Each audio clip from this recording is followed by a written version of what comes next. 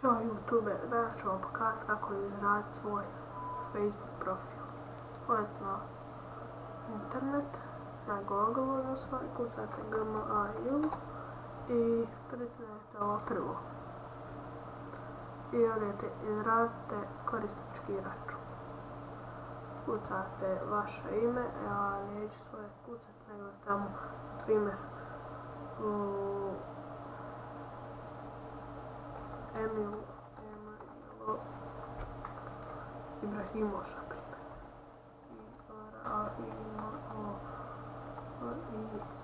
A vi kucajte svoje pravo ime. Na primjer, Emil.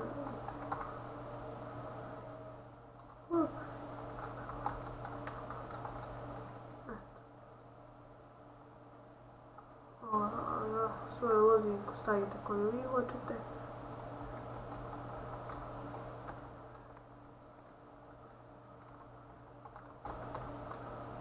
Godinu rođenja stavite,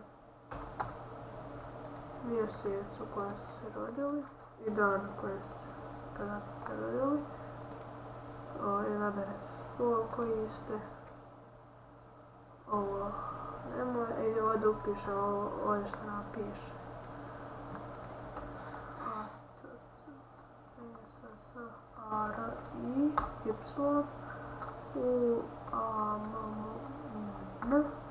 Ovo štrihiramo i sljedeći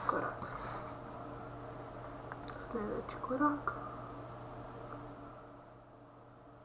Nastavite usluge Gmaila i sad nam se on prijavio.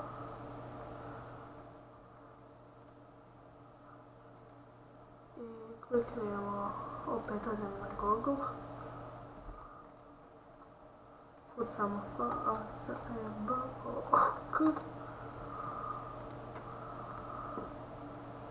Ja se prijavim. Ibrahimović.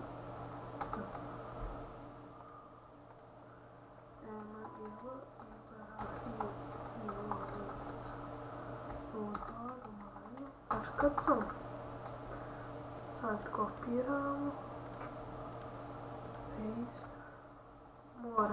Ne morate za Gmail lozinku, ali možete.